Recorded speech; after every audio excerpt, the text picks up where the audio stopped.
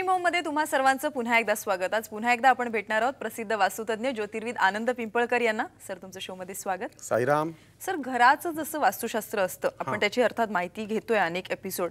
असं विचारायचं होतं की जसं घराचं वास्तुशास्त्र असतं तसं भौगोलिक वास्तुशास्त्र असतं का?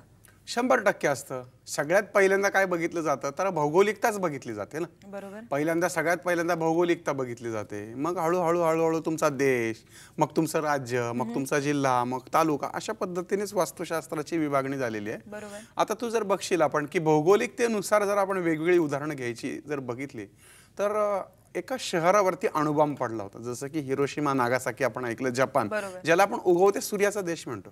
बरं, ते मी म्हणत नाही किंवा तू म्हणत नाही, पूर्वापार चालत आलेलं की जपान हा उगवत्या सूर्याचा देश मानला गेला। सगळ्यात पहिल्यांदा सूर्य तिथं उगवतो।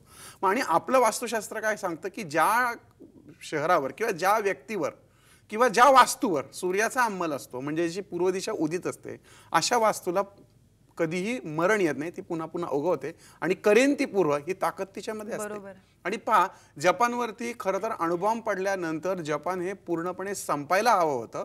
त्यानंतर ज्वालामुखीचे अनेक सारे उद्रेक तिथं वारंवार होतात, तरी सुद्धा जपान हे छोटं राष्ट्र हे वारंवार उभं राहतं, याला कारण सूर्याची असलेली त्यांच्यावरती कृपा। आता चल आपण जपान राहू दे, अमेरिका राहू देत किंवा आपण लंडनचा विचार करूयात, तर ते पण आपण बाजूला ठेवू, आपण आपल्या भारतापुरता विचार करूयात। भारतामध्ये तू जर भारत पण सोड, आपण आता महाराष्ट्रापुरताच विचार करूया। आता गंमत अशी आहे की महाराष्ट्राच्या बाबतीत तू बघशील तर मी तुला एक 2-4 प्रश्न विचारतो की माणूस पैसे कमवायचं म्हटलं तर मोठ्या शहरात येतो, म्हणजे कुठे येणार? अर्थात मुंबईमध्ये। त्याच्यानंतर माणूस तब्येत कमवण्यासाठी एका शहरात जातो, तिथं कलेची नगरी पण म्हटली जाते तिला, आणि तब्येतीसाठी म्हणजे पैलवान होण्यासाठी कोल्हापूर निवडलं जातं।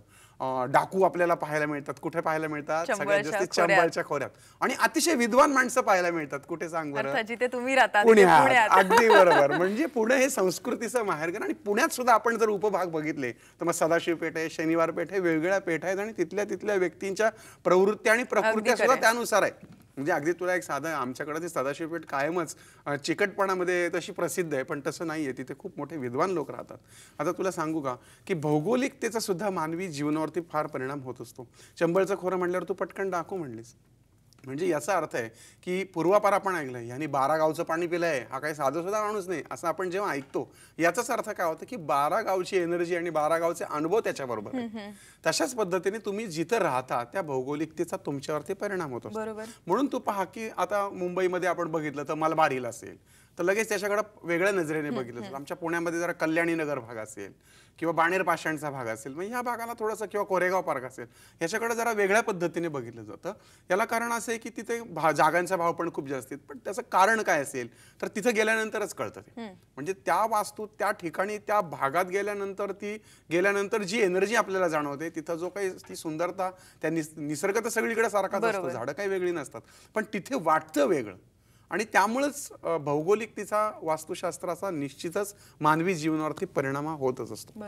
यासाठी एक तुला छोटीशी गोष्ट सांगतो, रामायणातली, आता हा कदाचित विनोदाचा भाग असू शकतो किंवा वाचण्यात आलेली असेल की रामाला आणि लक्ष्मण आणि हे जेव्हा वनवासाला निघाल्यानंतर दंडकारण्यात, म्हणजे महाराष्ट्रातल्या नाशिकमध्ये त्यांनी मुक्काम ठेवला, त्यावेळेस जेव्हा मुक्काम त्यांचा सुरू झाला तेव्हा लक्ष्मणाच्या मनामध्ये आपोआप भाव निर्माण झाला आणि तो वैतागला। तो म्हटला आता या रामाची सेवा मी काही करणार नाही, आणि त्यांनी दुसऱ्या दिवशी तो उठलाच नाही, त्यांनी झोपेचं सोंग घेतलं।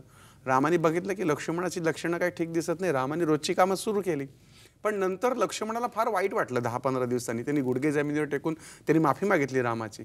तेव्हा त्यांनी म्हटलं, रामा माझ्या हातून अशी चूक का झाली? तेव्हा रामाने त्याचे दोन्ही हाताने त्याला वर मिठी मारली आणि त्याला सांगितलं, अरे हा तुझा दोष नाहीये, हा या मातीचा दोष आहे, इथे भाऊ भावाचा वैरी होतो। म्हणजे भौगोलिकतेनुसार आपण महाराष्ट्राच्या मातीचा विचार केला तर महाराष्ट्राच्या मातीत असं कोणी माईचा लाल नाही का की जो दिल्लीच्या तख्तावर बसू शकतो, पण तरी सुद्धा बसू शकत नाही।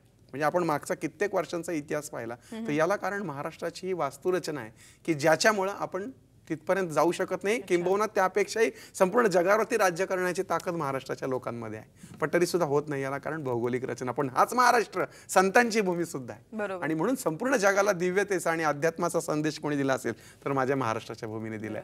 सर, या भौगोलिकतेत जर काही आपण बदल केला तर अर्थात आपण विकास परिणाम साधू शकतो?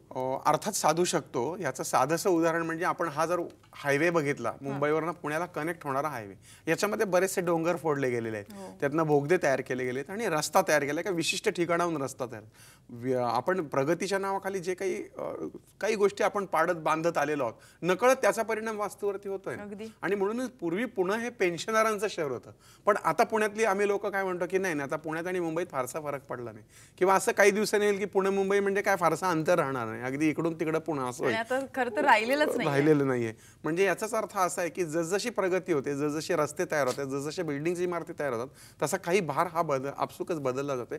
आणि नकळत जर हा अभ्यास पूर्ण पद्धतीने जर का बदलला गेला तर त्याचा निश्चितच वास्तूच्या भौगोलिक वास्तूच्या यशस्वीतेवरती चांगला परिणाम होऊ शकतो. नक्कीच सर, पुन्हा एकदा तुम्ही इथे आलात आणि एवढी छान माहिती आम्हाला दिली त्याबद्दल खरंच धन्यवाद. आपण मात्र इथेच थांबूयात. उद्या पुन्हा भेटूया ड्रीम होम मध्ये. तोपर्यंत नमस्कार.